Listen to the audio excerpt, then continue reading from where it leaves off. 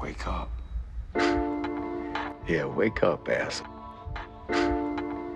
Hey everybody, it's Charlie. We gotta freak out about this episode of Walking Dead. There's so much stuff that they dumped on here because they dropped a couple teasers for the Whispers, which are coming up. They want to let you know all the big stuff that they're doing, like please don't bail on the show. And they announced special plans for Rick Grimes' Walking Dead movies that will spin off Rick Grimes' story that I'll explain at the end of the video. But we'll talk about the episode Easter eggs first. Careful for spoilers if you haven't seen it yet. If you're new to the channel, be sure to subscribe to get everything. Starting with top 10 WTF and Easter eggs. Number 10, the trippy flashback intro to the hospital bed from the pilot episode. So the funny thing they did with this episode is that they started and ended on a similar type moment with Rick in the pilot in that hospital bed. You start out with him literally in that room when he's hallucinating himself, Twin Peaks style, where like the Rick in the bed starts talking to him. Then his very last scene is him waking up in a hospital bed, albeit on a helicopter flying away. The flashbacks in general were mainly just to put his story into context, like where have they been, what has he done, what has it meant, where is he leaving things, what will it be like after he's gone. The title of the episode, What Comes After, is a very apt metaphor for the show in real life. Like how are they going to go on without the Rick Grimes character or Andrew Lincoln? Number 9, you may have spotted this Easter egg, Night of the Living Dead cabin. The owner of the cabin that he runs up on is called Cardeal. That's the name of someone from the George Romero Night of the Living Dead series, and also I think a character from Day of the Dead as well. But you may have noticed as he started to flashback at each of the different places, it almost reminded you of different places, locations that the show has been in previous seasons. You started in the hospital, you go to a cabin that looks suspiciously like Daryl's cabin. Then number 8, welcome back Shane, and you go to the site of Rick's initial accident in the pilot that put him in the hospital bed to begin with. So we all knew that Shane was coming back for a cameo this season, and as we got closer and they announced Andrew Lincoln was leaving the show, I was like, yeah, bam, he is probably coming back to send Andrew Lincoln out for some Shane Rick moment. So I feel like Jon Bernthal did a great job. He was probably my favorite person to come back just because I really like Jon Bernthal. He was the Punisher before he was ever the Punisher. And their whole conversation is about trying to get Rick to acknowledge that. They're really on the nose about it. You need to be like me in order to see this through. He has to become the hardcore version of Rick if he's going to survive and make it out of this situation. They laugh and joke like everything's water under the bridge, everything they've been through, even the fact that Rick ended up killing Shane in that field. And the way they do this transition is also really cool too when they come back to real life, because they make like Shane is going to bite him as he just wakes up and the walker's right in his face. But you can kind of tell how they're just trying to reconcile everything that he's done, how hardcore he got, the choices that he made. In fact, there were a couple points in the episode where people were making fun of Rick for the choices he made. Like, he should have done it this way. He should have done it the Shane way. Then you have the genuine hallucination of Shane telling him the exact same thing. You need to do this the way that I would do it. Otherwise, you're going to die. 7, Maggie comes to kill Negan, and they play it that way for most of the scene that they have until she steps in and he starts taunting her, and you find out what's really going on. Like, he kind of senses what's coming, he knows that she's probably gonna try, and I felt like the way that Jeffrey Dean Morgan played it was actually really good, the turn, like, because he goes from what you would expect from Negan, like just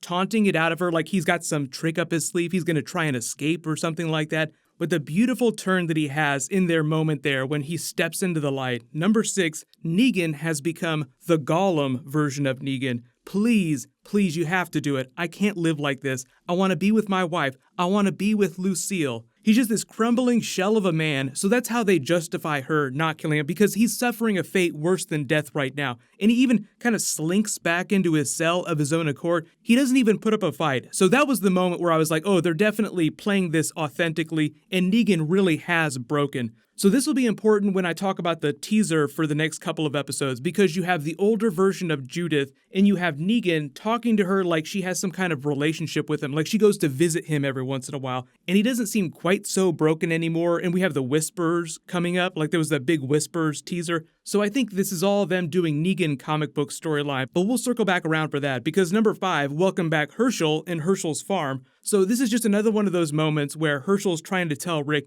that he did a good job. You don't need to worry about everyone else. And again, Rick tries to atone for the things that he's done, the people that he's lost. He feels like he hasn't done enough. Herschel's just trying to tell him, no, you're good, dude. So just another big location on the show that they're traveling through in these flashbacks, and another big person to come back and film scenes. because a little while after this was filmed, the actor in real life passed away. All the cast members were posting their memorials. They had a special message about him after one of the previous episodes. It was really sad to see him go, but it was cool that he was able to film this scene before he passed away. Number 4, next big flashback, welcome back Sasha on top of the pile of bodies. If you guys didn't spot it, this is actually Greg Nicotero in the pile here. He does most of the effects for The Walking Dead. Now he's become a producer, he directs some of the episodes. He's a much bigger part of the show than he was initially, but usually when there's really cool walkers and special effects, he's the person behind all that stuff. The speech Sasha gave to him was a slightly different version of the speeches that he got in all the other flashbacks, but the funny thing, this is kind of foreshadowing the end of the episode, is that she talked about things not dying.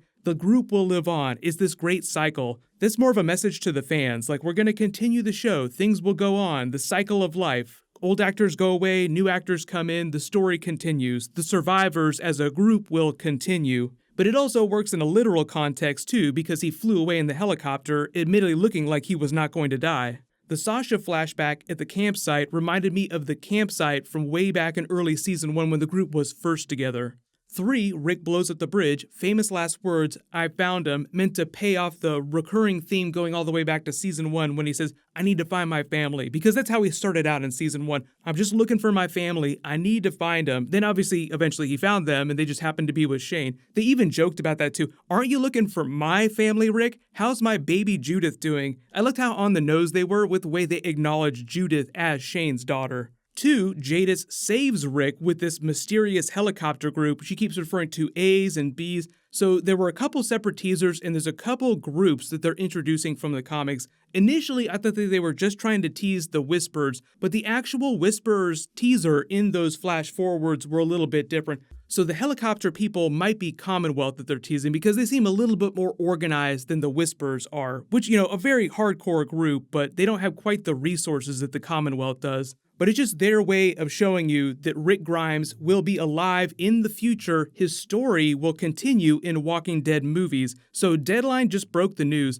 that Andrew Lincoln signed a deal to star in Walking Dead movies that the AMC has planned, saying that they will continue Rick Grimes' story, meaning it sounds like it'll be happening in the future after this moment.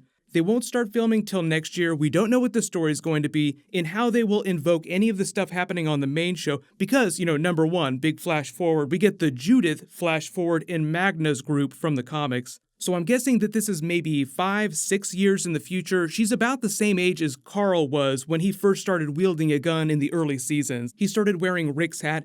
Magna's group shows up around the time you meet the Whisperers in the comics. You see in the flash forwards that everybody has either gray hair or they just look a little bit older. We haven't seen Negan in the light either, but I'm guessing that they probably color his hair a little bit grayer too.